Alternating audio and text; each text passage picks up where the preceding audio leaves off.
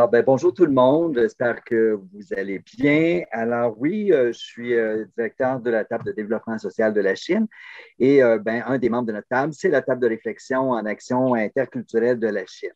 Alors, pour rapidement vous dire que cette table-là existe quand même depuis longtemps. On a parlé beaucoup du sud-ouest tout à l'heure, alors je vais vous inviter à aller un peu plus à l'ouest encore, puisqu'on va se rendre jusqu'à la Chine. Et les gens peuvent penser souvent, quand on est autour du réseau de transport métro et tout ça, qu'il y a plus d'immigrants.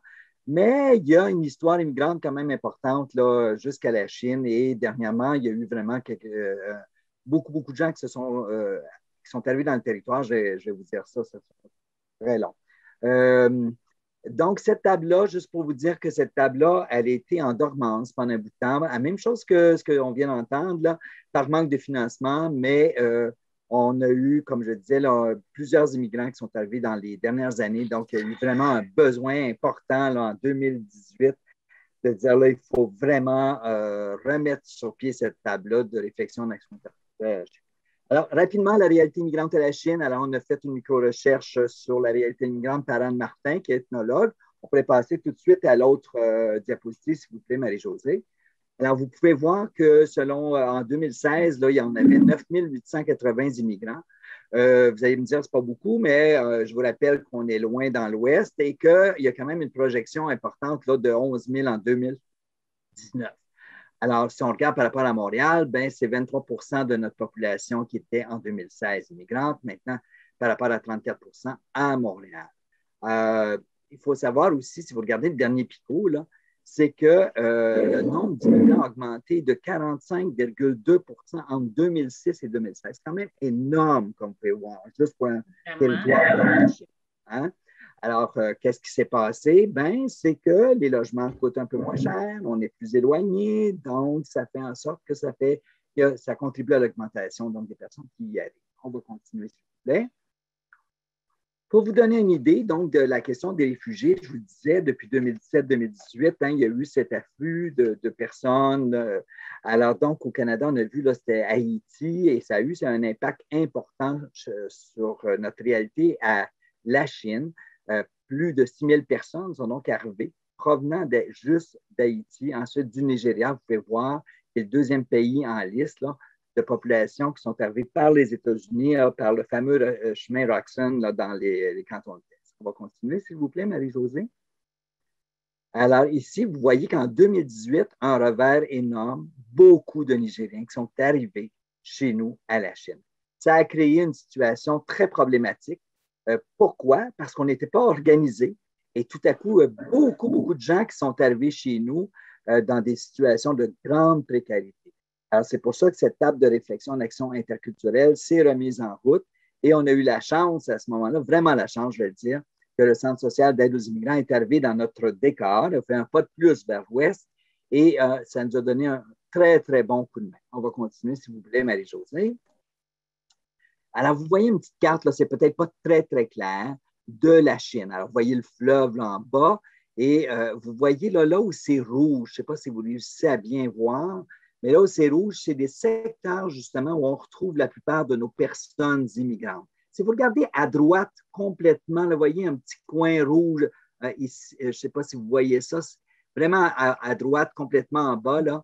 Ça, c'est Ville-Saint-Pierre. Vous savez, Ville-Saint-Pierre, en fait, ça s'appelle, c'est dans la Chine maintenant, c'est ce petit quartier qui est en dessous de l'échangeur Saint-Pierre. Alors, et donc, c'était, on va le dire, une espèce de village, si vous voulez, de 4-5 000 personnes.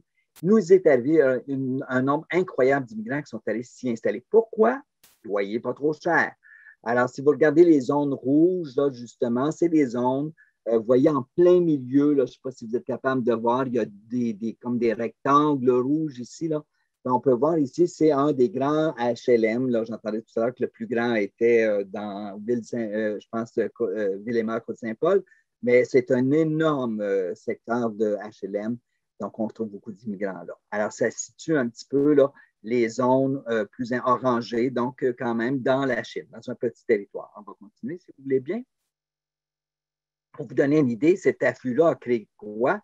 En 2015-2016, on avait 4 classes d'accueil à la Commission scolaire Marguerite Bourgeois. Regardez 2018, 2019, 21 classes. Alors, on n'avait plus de locaux, il n'y avait pas d'enseignants. On s'est retrouvé dans une situation vraiment, tu sais, la commission scolaire a travaillé très, très, très fort. Et 2019-20, 20 classes d'accueil. C'est l'équivalent d'une nouvelle école complète.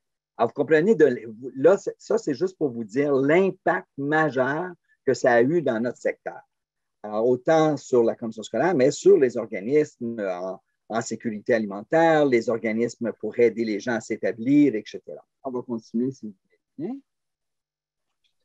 Alors, donc, on l'a vu dans les études et on retrouve exactement la même chose chez nous. Le besoin, c'est quoi les principaux besoins issus de cette étude, de cette recherche-là dont je vous ai parlé tout à l'heure?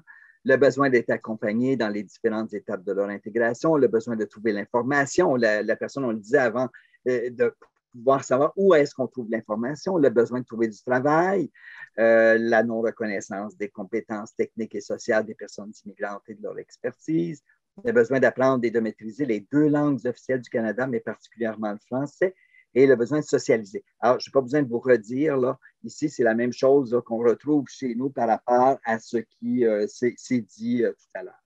Maintenant, on va aller vers le plan d'action, puis les actions dont nous sommes fiers, nous aussi. Alors, est-ce que vous pouvez continuer, Marie-Josée, s'il vous plaît?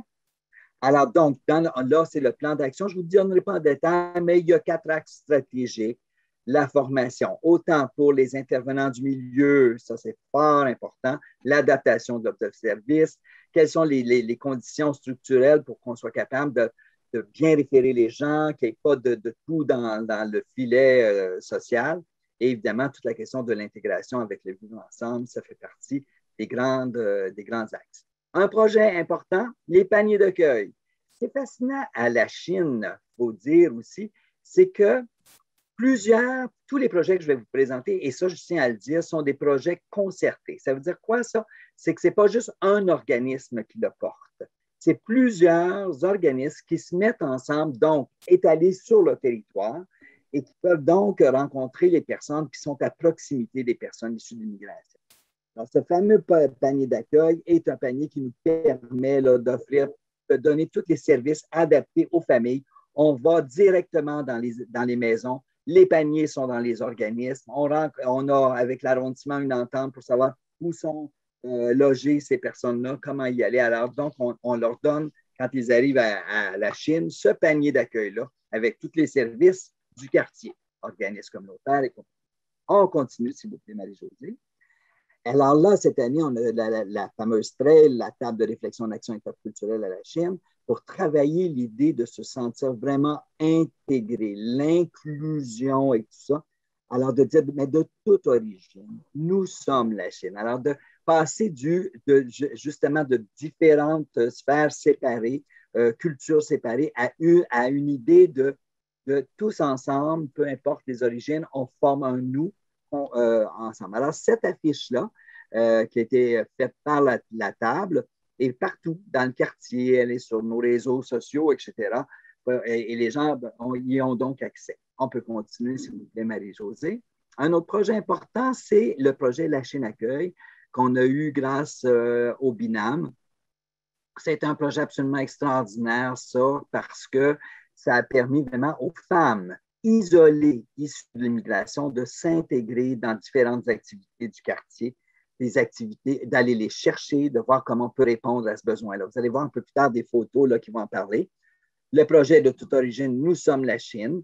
Donc, c'est toujours l'idée de notre fameux notre slogan, si vous voulez, où on a un projet de rapprochement interculturel, de lutte au racisme et à la discrimination, de consolidation du partenariat, amélioration de la culture d'accueil et d'accompagnement. Donc, comment la culture d'accueil, comment améliorer chez les intervenants leur manière d'accueillir les gens. On a cet été un projet qui s'appelle les jardins interculturels. On fait beaucoup d'agriculture, on a développé tout un système alimentaire durable à la Chine et donc de favoriser, là je vois l'autre a mis en évidence votre vidéo, ok c'est beau, de favoriser des jardins où les gens peuvent cultiver des légumes de leur pays et aussi du Québec, donc sur des légumes traditionnels qu'on cultive dans les jardins québécois, et comment on peut cuisiner avec ces nouveaux mets-là. avec ces nouveaux légumes-là, faire des mets ensemble. Alors, il y a vraiment une question de, justement, de pas juste je vais cuisiner avec mes légumes de mon pays natal que je vais chercher à telle épicerie, mais de voir comment on peut faire un mélange de tout ça pour aller plus loin. Alors, c'est un projet qui est fort intéressant cet été. On va continuer, s'il vous plaît, Marie-Josée. Alors, voici des images du projet La Chine Accueil. Vous avez ici, vous disiez tout à l'heure que c'est un projet concerté. Vous voyez autour de la table, donc, les personnes de différents organismes de quartier qui ont parrainé, coordonné, si vous voulez, ce projet-là. Et au centre, vous avez Andrea, au fond, là, au centre, qui a été notre agente de milieu, agente de recherche, qui a vraiment été proche des gens. Et là, Marie-Josée, vous pouvez continuer doucement là, les images par rapport à ça. Puis pendant que vous regardez ces images-là, euh, ce que je voudrais vous dire, c'est un des facteurs de réussite, on parlait, c'est quoi les leviers? C'est que Andrea allait dans le quartier, allait aux fêtes du quartier pour aller à la rencontre des gens, aller là où ils sont. Que ce soit dans les marchés publics, justement, on parlait tout à l'heure de ça, elle allait là, et dès qu'elle voyait des femmes, elle les interpellait, et c'est énorme la quantité de personnes, elle a rejoint énormément de personnes. On s'était dit qu'en 2 ans, on voudrait rejoindre 60 personnes. Elle en a déjà, après 2 mois, elle avait déjà touché une soixantaine de femmes du projet qui devait durer sur 2 ans, qui a duré sur 2 ans. On parlait, j'entendais les études tout à l'heure, on parlait comment c'est important de créer des liens significatifs, de donner de l'information à ces personnes-là. Bien, ce projet-là a vraiment mis en place ça. Et comme je vous le dis, ça se vivait dans plusieurs organismes du quartier. Donc, ce qui est extraordinaire, c'est qu'une personne immigrante, qu'elle soit dans un secteur ou dans l'autre, recevait l'information qu'on leur ramenait. C'est important d'informer tous les autres partenaires aussi de notre quartier de ce projet-là, pour que les autres partenaires qui, dans les activités qu'ils mènent, puissent savoir que ce projet-là existe et pas référer des gens. On a parlé de connaissances des services publics, des ressources humaines de ces services publics, parce que c'est bien beau de donner le numéro de téléphone du CIUS, mais quand on est capable d'avoir un contact direct avec une personne, d'avoir un nom, ça va tellement mieux. Alors, on a travaillé aussi sur cet aspect-là avec ce projet-là notamment.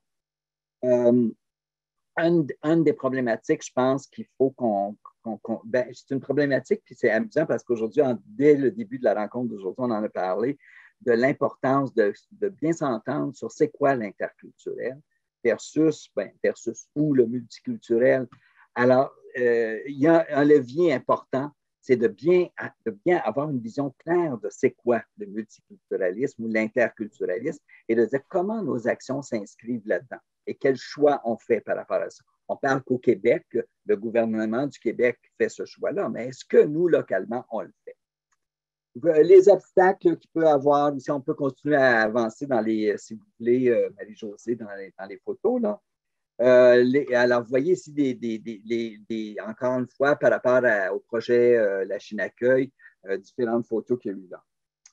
Un des obstacles, et je vais terminer avec ça, on parlait des obstacles qu'on a vus. Un obstacle important qu'on voit chez nous, c'est l'accès à la. Tu sais, on parle d'interculturel, de rencontres, mais c'est l'accès à la culture de la société d'accueil. L'accès à la connaissance de c'est quoi les valeurs de la culture d'accueil. Alors donc, ça, c'est pas évident de travailler là-dessus. Donc, les projets qu'on mène veulent ça et on a un nouveau projet qui est par le théâtre, d'aller justement et le conte, de voir comment on peut rapprocher là, les cultures et avoir ce contact-là avec la société d'accueil.